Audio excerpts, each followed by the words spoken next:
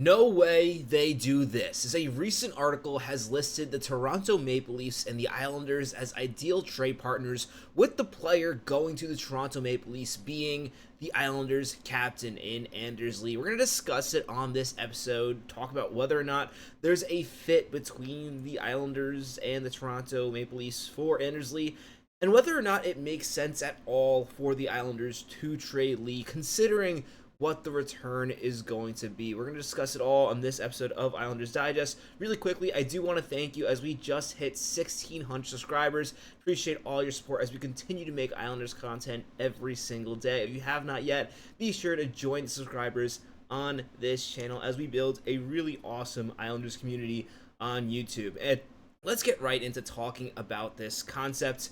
I know a lot of Islander fans, myself included, while it does make sense to trade Anders Lee, it doesn't make it any easier. Like Brock Nelson, he's really a huge part of this old team, and being the captain of this Islanders team gives him some extra sentimental value. And then when you throw in the Toronto Maple Leafs, I would hate to see Anders Lee in a Toronto Maple Leafs jersey. Just making the thumbnail earlier made me a bit sick. But in terms of teams needing Anders Lee, I do think this makes a lot of sense. I mean, you consider all the teams out there that are going to be contenders.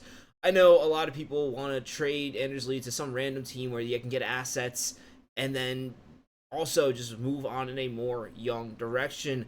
But realistically, if you're a team trading for Anders Lee, you're going to be close and needing to take a next step. A team like the Florida Panthers aren't trading for Anders Lee because they really don't need any pieces. They brought the game back together. The type of team that's going to be trading for Anders Lee is a team that got beat by the Florida Panthers and needs to take the next step.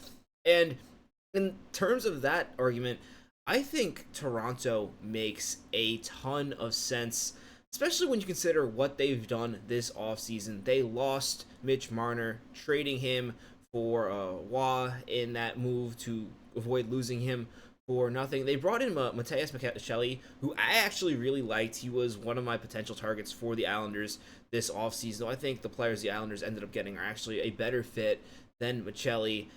And they signed Nyes, and now they really need another left wing beyond Matthew Nyes. I understand Maccelli does have some upside, but also, Lee is a player who, if he doesn't play in your second line, can play on the third line.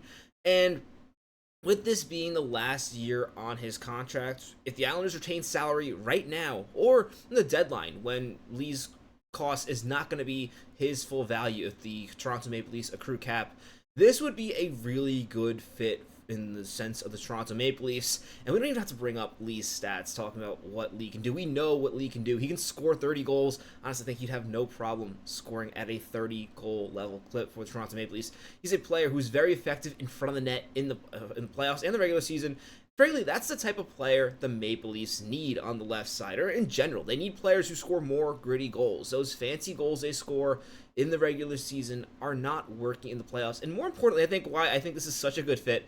Clearly, the locker room in Toronto does not have what it takes to get it done. And Lee, I believe, is one of the better captains in terms of leadership in the entire NHL. The way he oozes leadership and just plays the right way, it's contagious. And I think this would be a huge asset for the Toronto Maple Leafs. And honestly, as an Islander fan, I don't really want to give it to them because I think while Lee would not be the only piece that would bring them over the edge, I think Lee would actually go a big part into pushing this Toronto Maple Leafs team in the right direction. And I personally enjoy watching the Leafs fail over and over and over again, especially after John Tavares left. And this is a big point, I think, to bring up, especially considering how loyal Lee was, choosing to stay with the Islanders the year after that Tavares left, even when the Islanders kind of disrespected him, looking at other free agents first.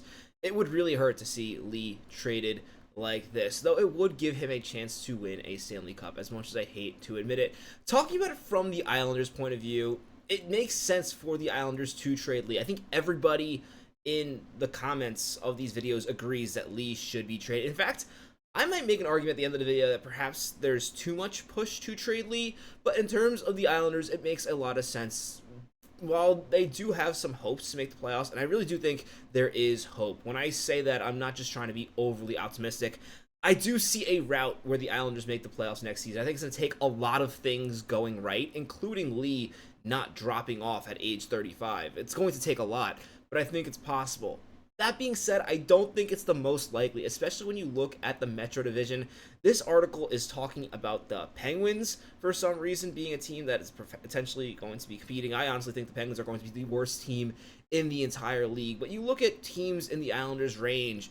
The Rangers improved this offseason, and frankly, they already disappointed last year to begin with, while also scoring more points than the Islanders. The same thing with teams like the Columbus Blue Jackets. So, I would love to, and I think the Flyers also took a step up this offseason. We'll see how Zegras works in that coaching thing, but I think they're also going to be a better team. Not saying they'll be better than the Islanders, but there's going to be a lot of competition in this Metro Division. I don't think it's the strongest division, but there are a lot of mediocre teams. I think the Islanders are on the lower end of that mediocre spectrum, unless things like Shabanov and Callum Ritchie take huge steps that we don't necessarily expect. And then I think the Islanders are right back in this conversation. But considering what we know now with this team, and considering the direction the Islanders have taken recently, trading Brock Nelson and Noah Dobson, I do think it makes sense to trade Lee in a sense where you're selling on an older player, getting more assets for the future. And keep in mind, any pick or prospect you get for Anders Lee is not going to make an impact in the NHL right away,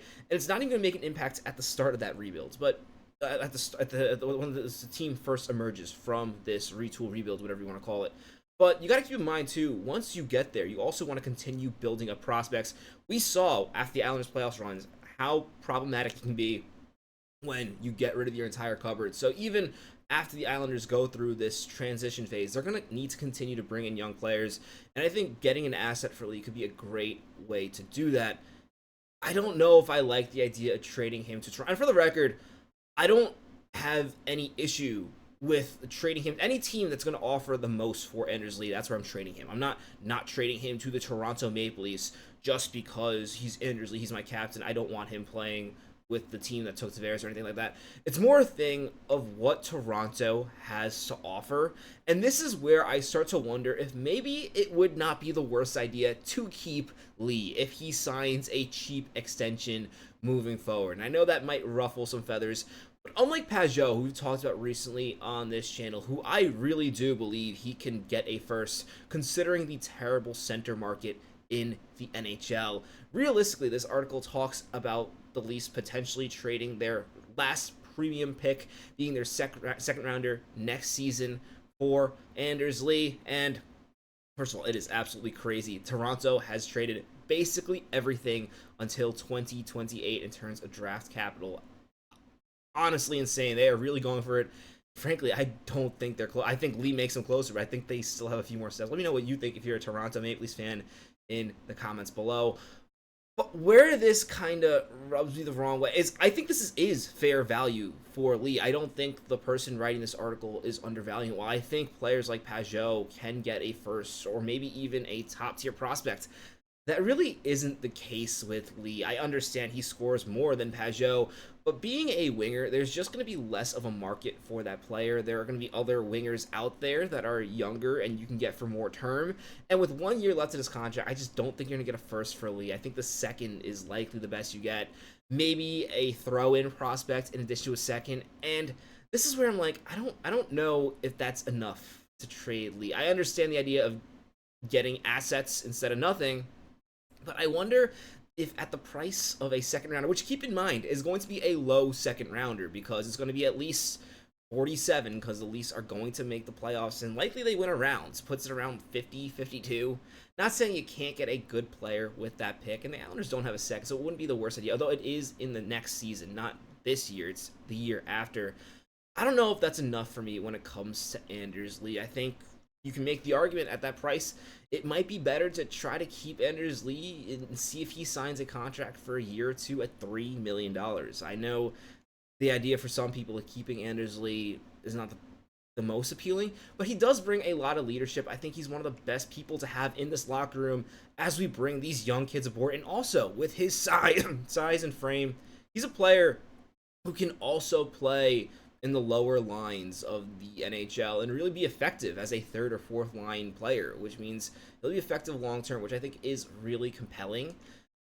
We'll see what happens. Let me know in the comments what you think about trading Lee for a second round pick. There is something else that does interest me when it comes to Toronto Maple Leafs, and that is Nicholas Robertson. He is a 23-year-old player who's really struggled to crack their lineup. He's not projected to make the lineup this year. When he's been in the NHL, he's shown flashes of really strong hockey. 2 seasons ago, getting 27 points, 56 games. Last year, he took a step back, but he really wasn't getting played that much. I think getting a player like this for Lee, where you're kind of rolling the dice and seeing what you get, I think is a lot more exciting. And he was drafted in the second round.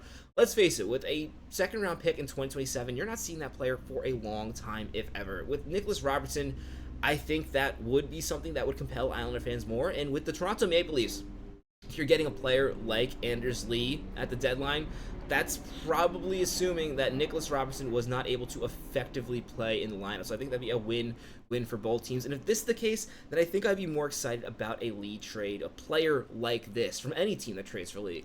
But in general, the idea of just trading him for a second-round pick doesn't excite me that much. I think I actually might rather keep him around a little bit if that is the option, and trade Pajot instead. But let me know what you think about that in the comments below. I'd love to have hockey conversations with you guys in the comments. As always, if you have not already subscribed to the channel, be sure to do that. I'm your host, Patrick Nilan. Catch you on the next episode of Islanders Digest. Let's go, Islanders.